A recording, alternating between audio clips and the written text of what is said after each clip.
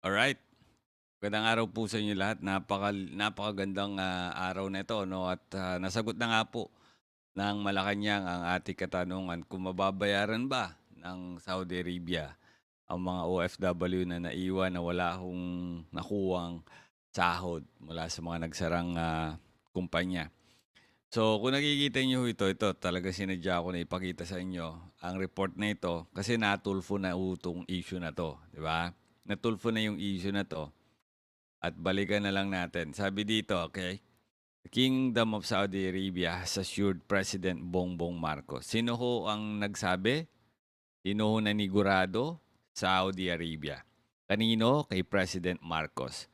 To settle unpaid wages of more than 10,000 OFW who were left jobless at their companies. Okay? Yan po ha. Ulitin natin, just to clarify, baka mamaya matulfo ulit to eh. Nangako ha, okay? Nangako, na-assured ng Saudi Arabia kay Pangulo. Okay?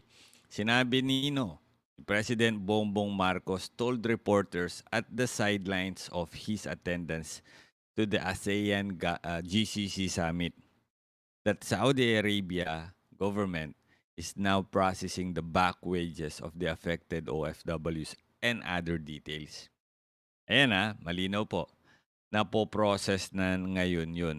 Okay? Baka mamaya humatulfo to. Mahirap na, kaya pinakita natin ang report na to.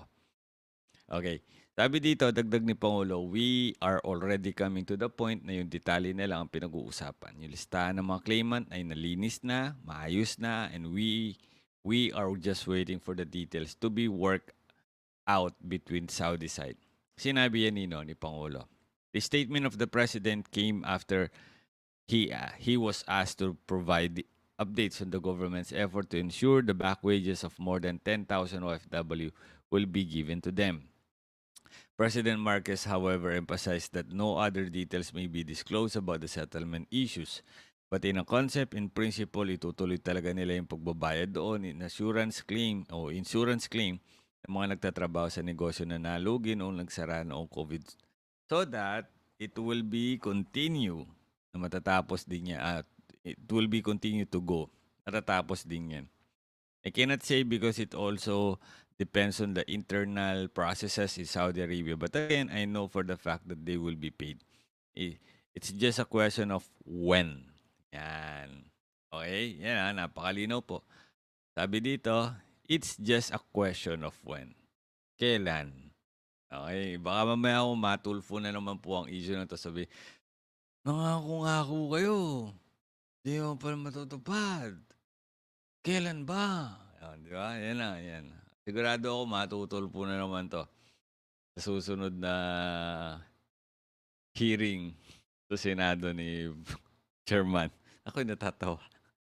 Natatawa ako. Si Pangulong Marcos po baka mamaya tirahin nyo na naman ng DMW. Tirahin mo ang presidente, Senator Rapitul po kung itatopic mo yan. Itong isang issue na to, natulfo na rin to. O yan. PBBM expresses optimism in resolving labor issue with Kuwait following a bilateral meeting with Kuwaiti Crown Prince. Sino nakakasabay? Nakakasabay ba kayo? Natatawa din kayo, no? Okay, ano kayang masisay ni Senator Rapitol po? President Marcos expresses optimism Friday that the Philippines will continue and the Kuwait will be able to resolve their current labor issue after his brief meeting with Kuwaiti Crown Prince Sheikh Michal, haba ng pangalan, at the sidelines of the ASEAN summit in Riyadh. President Marcos said, President Marcos said, okay? President Marcos said, si Pangulo po nagsasalita, during an interview with the Philippine media that he had a pull-aside meeting with the Kuwaiti monarch who told him that he is displeased with the pleasant Philippine-Kuwait relation and that the Philippines need not issue an apology. And that the Philippines need not issue an apology. Hindi mo kailangan mag-sorry. Ang galing. Bak dapat dapat Pangulo sinabi mo rin, hindi rin niyo kailangan mag-sorry. Kasi si si paring Tulfo humihingi ng dispensa, 'di ba? The Crown Prince President said, natatawa ho ako, pasensya na ako, no? Apologize to him instead, saying disagreed what his people were doing. Ayan. The Crown Prince and the President said apologize to him instead, saying he disagreed with what his people were doing. O, siguro, sa side ni President Marcos, humihingi siya ng dispensa sa ginawa siguro ni Rafi Tulfo.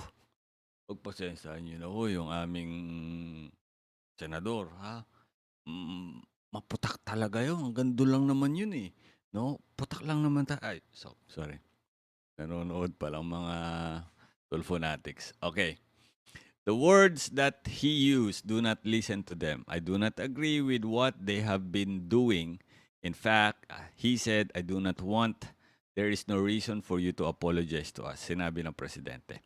We will fix and we will make it because we love the Philippines. And he said, because I remember your father. Sabi na niya, he always supported Kuwait. He always supported us. And we know that you always support us. That's why we will fix this. Sinabi ng presidente. Of the meeting that was initiated by the Crown Prince. Sino ho nag-initiate ng meeting na to? Kuwait Crown Prince mismo. Okay? The president said, the resolution of the country's disagreement with Kuwait is one of the success of his trip to Saudi Arabia to attend first ASEAN GCC Summit. Sinabi ng Pangulo, sinasabi ko nga sa ating mga kasamaan na just for what worth it na itong biyahe natin dahil naayos natin yung problema sa Kuwait, which talagang sumasakit ang ulo namin kung paano namin gagawin. But that is one of the one of, shall we say, success that we can afford from this trip. Okay? So at least yung kung malaki man na nagastos naman ito sa biyahe na yan, eh sulit kasi makikinabang ang napakaraming tao. Sigurado ako politika na naman to.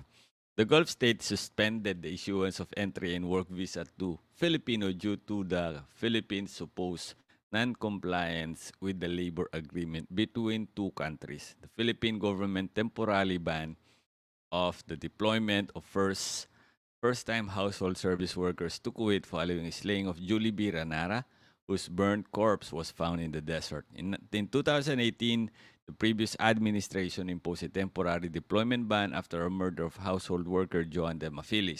As of 2022, the estimated number of Filipino in Kuwait is now about 279,000. At malaki ko kasi yung mga talagang remittances neto. Mga OFW to. Imagine, no, 2021 po, magkano? $576. 1,000 yan, ha? Kalahating milyon. Tapos, nadagdagan, last year, $579,000. O, diba? Napakalaki ho talaga ng income ng Pilipinas dyan. Kaya hindi natin pwedeng awayin talaga yan. Ewan ko ba kay Senator Rapi Tulfo, bakit mo inaaway yan? Pag ikaw binotong presidente ng mga yan, nang-aaway ka ng ibang bansa, ewan ko lang kung makakuha ka ng simpatya sa mga bansang kagaya ng Kuwait. Okay?